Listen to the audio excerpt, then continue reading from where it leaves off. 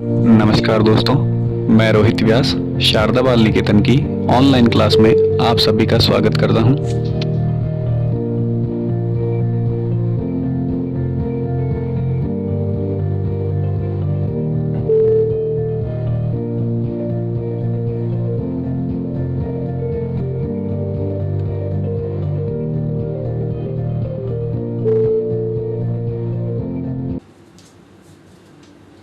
नमस्कार दोस्तों, मैं रोहित व्यास शारदा बाल निकेतन की ऑनलाइन क्लास में आप सभी का स्वागत करता हूं।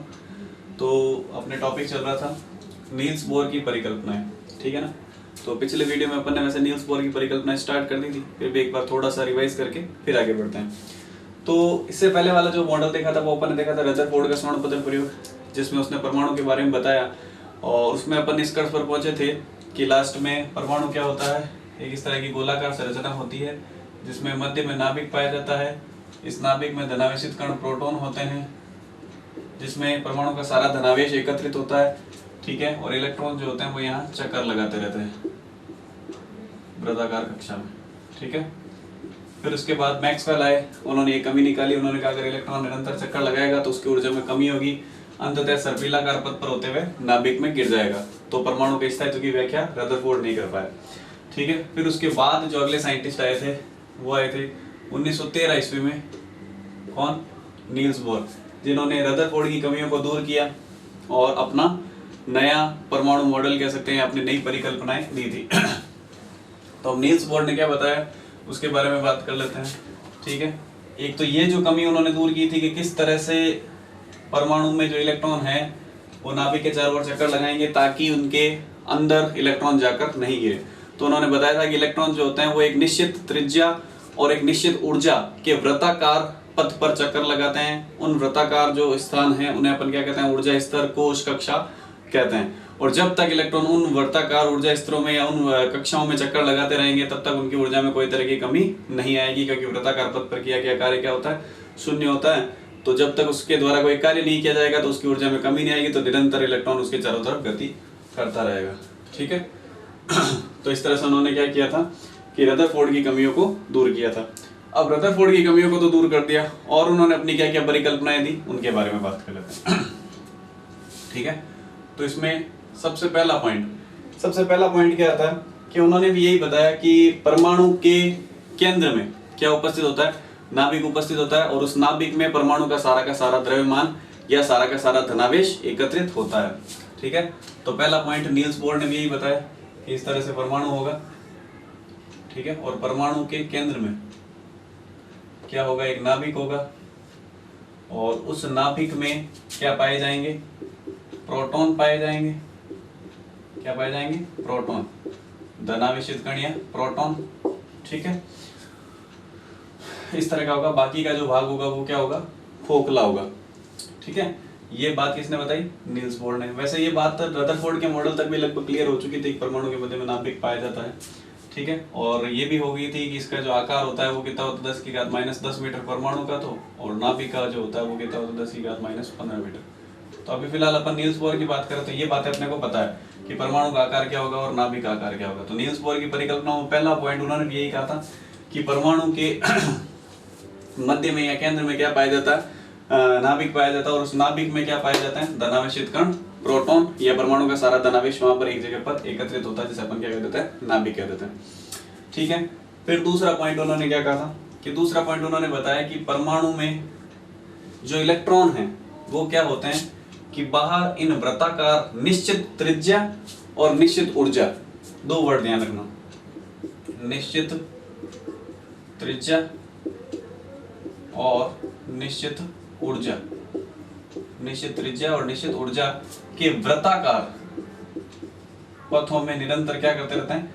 चक्कर लगाते रहते हैं, घूमते रहते हैं। तो इलेक्ट्रॉन क्या होंगे? ये जो कक्षा बनी हुई बात, इन कक्षाओं में घूमते रहेंगे। इनकी त्रिज्या हमेशा क्या रहेगी? फिक्स रहेगी, निश्चित रहेगी, और उनकी ऊर्जा भी क्या रहेगी? निश्चित रहेगी। एक ही कोश नहीं होगा। इन्हें अपन पहली बात तो नाम क्या देंगे?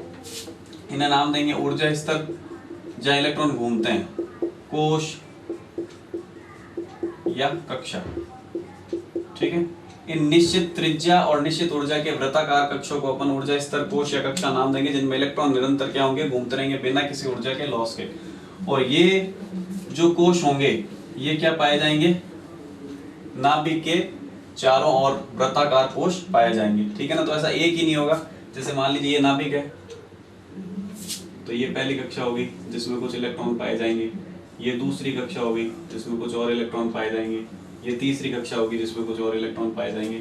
इस तरह से नाभिक के चारों ओर सकेंद्रीय रूप से ये कक्षाएं उपस्थित होती है जिन्हें ऊर्जा स्तर कोश या कक्षा कहते हैं, जिनमें इलेक्ट्रॉन के पाए जाने की संभावना होती है या फिर इलेक्ट्रॉन पाए जाते हैं।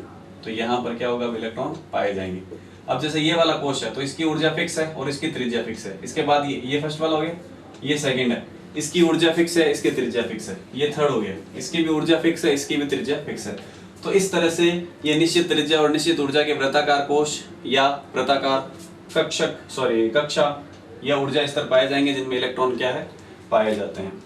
अब इनको उन्होंने नाम भी दिया, ठीक है। उन्होंने क्या कहा कि इनको अपन नाम भी दे सकते हैं, कैसे, ये n बराबर 1 कोश, ये n बराबर 2 कोश, ये n बराबर 3 कोश, यानी ये पहला कोश, ये दूसरा कोश, ये तीसरा कोश। n का मतलब क्या हो गया कि ये n बराबर 1 मतलब ये पहला कोश है, n बराबर 2 मतलब ये दूसरा कोश है, n बराबर 3 मतलब ये तीसरा कोश है। तो n का मतलब क्या हो गया, कोशों की संख्या, कौन सा कोश, किस कोश की बात कर रहे हैं अपन। अब n बराबर 1 इसको नाम क्या दिया उन्होंने, k कोश, क्या कह देंगे इसे, k कोश कह दो या कक्षा कह दो। और n बराबर 2 इसे क्या दे दिया, l, n बराबर 3 इसे क्या दे दिया, m, n बराबर 4 आएगा उसे क्या नाम दे देंगे, m। तो इस तरह से n बराबर 1 2 3 4 और उनको नाम दे दिए क्रमशः k l m n, इस तरह से, ठीक है। तो ये किसने बताया, नील्स बोर ने बताया। पहली बात क्या बताई कि परमाणु के मध्य में क्या पाया जाएगा, नाभिक पाया जाएगा। उस नाभिक में क्या पाए जाएंगे, धनावेशित कण प्रोटॉन पाए जाएंगे, ठीक है। और जो इलेक्ट्रॉन होंगे वो निश्चित त्रिज्या और निश्चित ऊर्जा के वृत्ताकार कक्षाओं में चक्कर लगाएंगे। और जो वो वृत्ताकार कक्षाएं हैं वो क्या होगी, सकेंद्रीय होंगी एक तो, ठीक है ना। इन सब के केंद्र यही है, ये कक्षा है तो इसका भी केंद्र ये, इसका भी ये, बाहर वाली का भी ये, ठीक है। और ये कक्षाएं क्या होंगी, क्रमशः बढ़ती रहेगी। और जैसे जैसे बढ़ेगी तो अब जैसे देखते हैं अपन त्रिज्या की बात करें तो ये वाली जो पहली कक्षा है n बराबर 1 या k कोश, ठीक है, तो इसकी त्रिज्या है ये r, ठीक है, ये इतनी त्रिज्या यहाँ से यहाँ तक। सेकंड नंबर वाले की बात करते हैं तो ये त्रिज्या।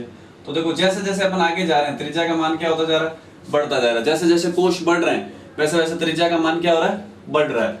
तो इसलिए उन्होंने बताया कि जिस जैसे जैसे अपन आगे जाएंगे यानी कोशों की संख्या बढ़ेगी तो कोशों की संख्या बढ़ने के साथ साथ एक तो त्रिज्या बढ़ेगी और साथ साथ क्या होगी, ऊर्जा भी बढ़ेगी।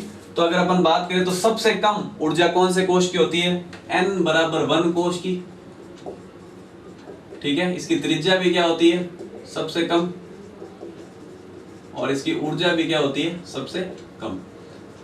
तो n बराबर 1 कोश का हो या फिर k कोश का हो, तो k कोश की त्रिज्या और k कोश की ऊर्जा हमेशा क्या होती है, सबसे कम होती है, ठीक है। ये बात किसने बताई, नील्स बोर ने। तो पहला पॉइंट हो गया ये वाला कि परमाणु है, परमाणु के मध्य में क्या पाए जाते हैं, नाभिक पाया जाता है। नाभिक में धनावेशित कण क्या होता है, प्रोटॉन उपस्थित होते हैं, ठीक है। दूसरा, इलेक्ट्रॉन चारों ओर वृत्ताकार कक्षाओं में चक्कर लगाते हैं जिन्हें ऊर्जा स्तर या कोश कहते हैं, ठीक है। और ये कोश n बराबर 1, n बराबर 2, n बराबर 3, n बराबर 4 आगे से आगे बढ़ते रहते हैं, ठीक है। और इसी आधार पर इनको नाम दिया जाता है k l m n, ठीक है। तो ये बातें किसने बताई थी, नील्स बोर ने बताई। फिर उन्होंने बताया कि n का मान बढ़ने के साथ साथ या जैसे जैसे कोशों की संख्या आगे बढ़ती जाएगी, n बराबर 1 k कोश, n बराबर 2 l कोश, n बराबर 3 m कोश, तो जैसे जैसे कोश बढ़ रहे हैं k l m n, उसी के साथ साथ एक तो उनकी त्रिज्याएं बढ़ेगी और क्या क्या बढ़ेगा, उसकी ऊर्जा बढ़ेगी। तो सबसे कम ऊर्जा किसकी होगी या सबसे कम त्रिज्या किसकी होगी, n बराबर 1 कोश की यानी कि k कोश की। तो k कोश की ऊर्जा और k कोश की त्रिज्या का मान क्या होगा, सबसे कम होगा। फिर उसके बाद l का, फिर उसके बाद m का, फिर उसके बाद n का। तो इस तरह से क्या होगा, आगे से आगे जैसे जैसे अपन जाएंगे तो त्रिज्या का मान बढ़ता जाएगा और ऊर्जा का मान भी बढ़ता जाएगा। फिर अगला पॉइंट उन्होंने बताया कि इन कक्षाओं में वही इलेक्ट्रॉन चक्कर लगाएंगे, ठीक है, जिनका कोणीय संवेग, जैसे ये इलेक्ट्रॉन जो चक्कर लगा रहा है यहाँ पर, ठीक है, तो वो इलेक्ट्रॉन ही चक्कर लगाएंगे जिनका कोणीय संवेग, एक नया वर्ड है कोणीय संवेग। तो अभी इसको अपन ज्यादा डिस्कस नहीं करेंगे, ये एक्चुअली फिजिक्स में आता है, ठीक है ना। तो फिजिक्स में जब आएगा कोणीय संवेग तो वहां पर अपन इसको थोड़ा डिटेल में पढ़ लेंगे। तो कोणीय संवेग यहाँ पर सीधा सा फॉर्मूला ध्यान रखिए आप, कोणीय संवेग का फॉर्मूला होता है mvr। m होता है द्रव्यमान, v वेग, r त्रिज्या। तो उन्होंने बताया कि जिनका कोणीय संवेग क्या होगा, h/2 के सरल गुणज में, कि इलेक्ट्रॉन केवल उन्हीं कक्षाओं में चक्कर लगाते हैं जिनका कोणीय संवेग क्या होता है, h/2 के सरल गुणज में होता है। ये बात किसने बताई, नील्स बोर ने, कि इन कक्षाओं में इलेक्ट्रॉन का जो कोणीय संवेग होता है वो क्या होता है, mvr = h/2। तो जो भी इलेक्ट्रॉन चक्कर लगाएगा उसका कोणीय संवेग कितना होना चाहिए, h/2 के सरल गुणज में होना चाहिए, यानी कि mvr ये हो गया कोणीय संवेग। इस कोणीय संवेग का मान कितना होना चाहिए, h/2 के सरल गुणज में। सरल गुणज का मतलब यहाँ पर आप किससे गुणा करवा दो, एक n से, और ये n क्या है, नेचुरल नंबर, यानी n बराबर 1 2 3 4 5 आगे चलते रहेंगे, ठीक है। तो जैसे n का मान 1 है तो mvr = क्या हो जाएगा, h/2। तो अगर किसी इलेक्ट्रॉन का कोणीय संवेग h/2 है तो वो यहाँ पर चक्कर लगा सकता है। n का मान 2 रख दो तो क्या हो जाएगा, mvr = 2h/2, 2 से 2 कट गया यानी h/2। तो अगर किसी इलेक्ट्रॉन का कोणीय संवेग h/π है तो भी वो इसमें चक्कर लगा सकता है। n का मान 3 रख देते हैं तो mvr = कितना हो जाएगा, 3h/2। तो अगर किसी का कोणीय संवेग 3h/2 इलेक्ट्रॉन का तो भी वो इसमें चक्कर लगा सकता है। n बराबर 4 रख दीजिए, 5 रख दीजिए, इस तरह से आगे अगर mvr में यहाँ पर n का मान आप बढ़ाते जाओगे या अपन कहें h/2 के सरल गुणज में होगा अगर उसका कोणीय संवेग, तो वो इलेक्ट्रॉन यहाँ पर सर्वाइव कर सकता है, इन कोशों में घूम सकता है। अब इसमें कुछ चीजें हैं कि ये क्या क्या है, सिंबल किस किस के हैं। तो देखो m बराबर तो क्या हो गया, इलेक्ट्रॉन का द्रव्यमान, ठीक है। ये mvr, ये जो फॉर्मूला mvr = h/2, इसमें ये क्या क्या है सिंबल्स, उनकी बात कर लेते हैं। और v क्या हो गया, इलेक्ट्रॉन का वेग, जिस वेग से इलेक्ट्रॉन इन कक्षाओं में चक्कर लगा रहा है। r क्या हो गई, इसकी त्रिज्या, ठीक है। और h क्या हो गया, h होता है प्लांक नियतांक। ये एक्चुअली 11th-12th में आता है आपके सिलेबस में, 10th में है नहीं, फिर भी देख लो। प्लांक नियतांक का मान होता है 6.62 × 10⁻³ जूल सेकंड, ठीक है। और पाई तो है ही है, पाई का मान तो 3.14 या 22/7 होता ही है, ये अपन सब जानते हैं, मैथ में पढ़ते हैं, ठीक है। तो ये सारी चीजें होती है। तो आप लोगों को ज्यादा डिटेल में नहीं जाना है इसमें, केवल इतना ही ध्यान रखना है कि इलेक्ट्रॉन केवल उन्हीं कक्षाओं में चक्कर लगाएगा, ठीक है, या केवल वही इलेक्ट्रॉन इन कक्षाओं में चक्कर लगाएगा जिसका कोणीय संवेग क्या होगा, h/2 के सरल गुणज में होगा। आगे बात समझ में। तो एक पॉइंट क्या हो गया कि इलेक्ट्रॉन का कोणीय संवेग अगर mvr = h/2 के सरल गुणज में है तभी वो इलेक्ट्रॉन इसमें चक्कर लगाएगा। फिर उसके बाद उन्होंने बताया कि जब तक इलेक्ट्रॉन एक ही कक्षा में चक्कर लगाता रहता है तब तक उसकी ऊर्जा में कोई तरह का परिवर्तन नहीं होता है। ये बात तो अपन शुरुआत में ही कर चुके हैं जब अपन ने ये रदरफोर्ड को गलत साबित किया था, ठीक है ना। कि ये जैसे मान लीजिए ये वाला इलेक्ट्रॉन है, तो ये कौन सी कक्षा का इलेक्ट्रॉन है, के कोश का या के ऊर्जा स्तर का इलेक्ट्रॉन है। तो ये के ऊर्जा स्तर में या के कोश में अगर घूम रहा है तो जब तक ये के में ही घूमता रहेगा तब तक इसकी ऊर्जा में कोई तरह का परिवर्तन नहीं आएगा। आ रही बात समझ में, कि जब तक ये इस के कोश में घूमता रहेगा तब तक इसकी ऊर्जा में कोई तरह का परिवर्तन नहीं आएगा, क्योंकि ये के कोश की ऊर्जा भी क्या है, निश्चित है। तो इस निश्चित ऊर्जा के कोश में जब तक एक इलेक्ट्रॉन घूमता रहेगा तब तक उसकी खुद की ऊर्जा में कोई तरह का परिवर्तन नहीं आएगा, ना तो ऊर्जा कम होगी ना ऊर्जा बढ़ेगी। लेकिन अगर किसी इलेक्ट्रॉन को एक कक्षा से दूसरी कक्षा में जाना है तब ऊर्जा में परिवर्तन होता है। देखते हैं किस तरह से, वो एक बार समझ लीजिए।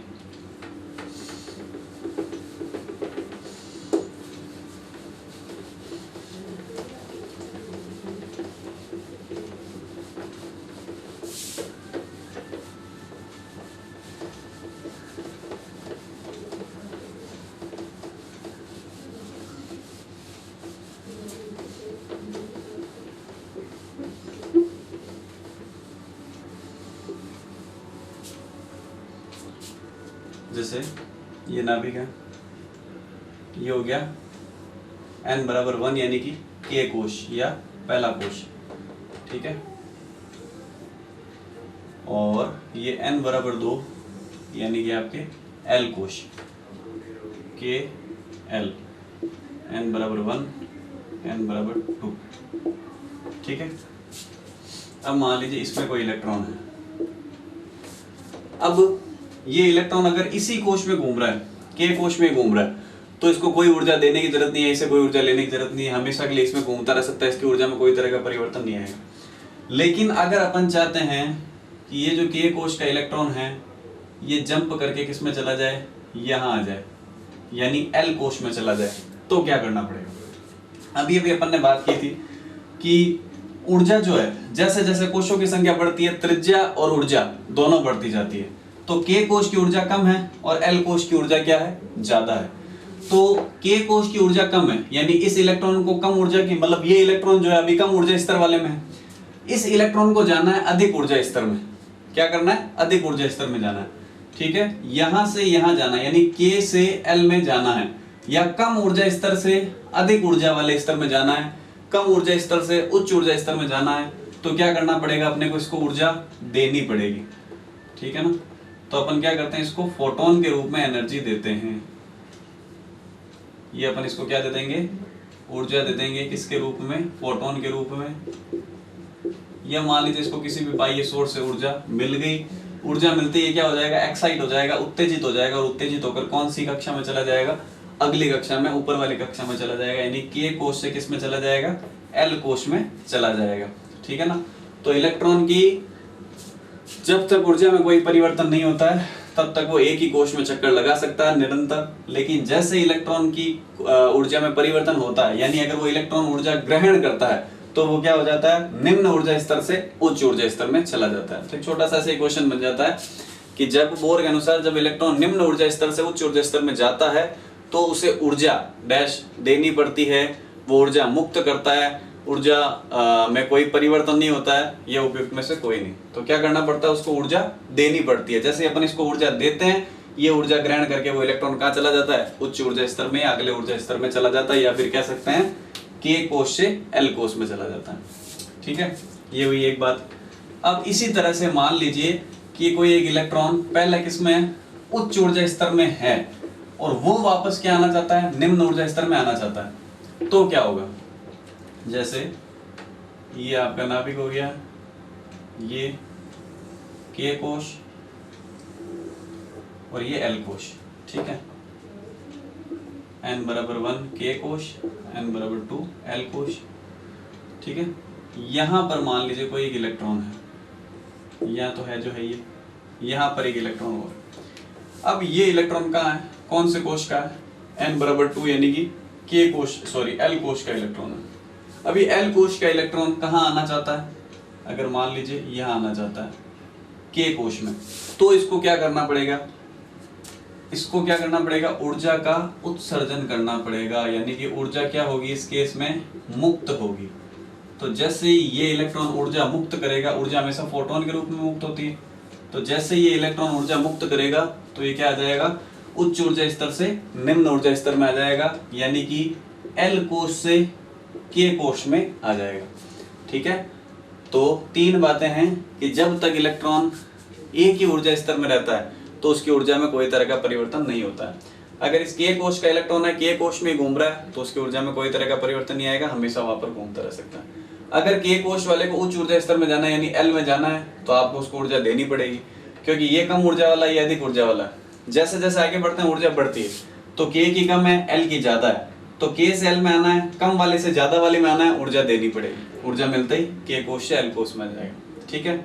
अब बात करें उल्टी कि भाई एल कोश में है और के कोश में जाना चाहता है, यानी उच्च ऊर्जा स्तर में निम्न ऊर्जा स्तर में जाना चाहता है, तो ऊर्जा क्या होगी, कम चाहिए वापस। तो कम चाहिए मतलब क्या करना पड़ेगा, ऊर्जा का त्याग करना पड़ेगा, ऊर्जा मुक्त करनी पड़ेगी, ठीक है। तो जब भी इलेक्ट्रॉन निम्न ऊर्जा स्तर से उच्च ऊर्जा स्तर में जाता है तो ऊर्जा को अवशोषित करता है, और जब उच्च ऊर्जा स्तर से निम्न ऊर्जा स्तर में आता है तो ऊर्जा को क्या करता है, उत्सर्जित करता है। ये भी बातें किसने बताई थी, नील्स बोर ने बताई थी, ठीक है। तो ये है नील्स बोर की परिकल्पना। ये 6-7 पॉइंट नील्स बोर ने बताए थे, एक बार मैं रिवाइज करवा देता हूँ। सबसे पहला क्या था कि परमाणु के केंद्र में नाभिक पाया जाता है और उस नाभिक में प्रोटॉन पाया जाता है, धनावेशित कण, ठीक है, जिसमें परमाणु का सारा आवेश, ये सारा धनावेश एकत्रित होता है, बाकी का परमाणु खोखला। दूसरी बात उन्होंने कही कि जो इलेक्ट्रॉन हैं वो क्या होते हैं, परमाणु के चारों ओर वृत्ताकार कक्षाओं में चक्कर लगाते रहते हैं। ठीक है, फिर तीसरी बात उन्होंने की कि चक्कर तो लगाते हैं, केवल उन्हीं वृत्ताकार कक्षाओं में चक्कर लगाते हैं जिनका कोणीय संवेग या फिर जिन इलेक्ट्रॉन का कोणीय संवेग mvr = h/2 पाई के सरल गुणज में होता है, वो इलेक्ट्रॉन उन कक्षाओं में चक्कर लगा सकते हैं। फिर उन्होंने कहा कि जो वृत्ताकार कक्षाओं में चक्कर लगाते हैं उनकी ऊर्जा और उनकी त्रिज्या हमेशा क्या रहती है, निश्चित रहती है, और जब तक उन कक्षाओं में इलेक्ट्रॉन चक्कर लगाते रहेंगे तब तक उनकी ऊर्जा में कोई तरह का परिवर्तन नहीं आएगा। और ये जो ऊर्जा स्तर है, ये जो जगह है जहां इलेक्ट्रॉन घूमते हैं, उन्हें ऊर्जा स्तर या कोश कहते हैं। ठीक है, इनके मान क्रमशः n = 1, n = 2, n = 3 या k, l, m, n इस तरह से अपन इनको नाम देते हैं। ठीक है, और सबसे कम ऊर्जा या सबसे कम त्रिज्या दोनों ही जो है वो किसकी होती है, n = 1 या k कोश की होती है। जैसे जैसे कोशों की संख्या आगे बढ़ती रहती है वैसे वैसे त्रिज्या और ऊर्जा दोनों का मान बढ़ता रहता है। फिर बात आई कि अगर इलेक्ट्रॉन एक ऊर्जा स्तर से दूसरे ऊर्जा स्तर में जाना चाहे तो जा सकता है क्या, बिल्कुल जा सकता है। अगर निम्न ऊर्जा स्तर में उच्च ऊर्जा स्तर में जाना चाहता है, ऊर्जा देनी पड़ेगी, ऊर्जा ग्रहण करके आगे चला जाएगा। उच्च ऊर्जा स्तर में निम्न ऊर्जा स्तर में आना चाहता है तो क्या करेगा, ऊर्जा मुक्त करके वापस नीचे वाले ऊर्जा स्तर में आ सकता है। तो ये सारी बातें किसकी थी, नील्स बोर की परिकल्पनाएं थी। ठीक है, अब नील्स बोर में भी कुछ कमियां रह गई थी उसके मॉडल में भी, वो क्या रह गई थी उनकी बात नेक्स्ट वीडियो में करेंगे। ठीक है, थैंक यू।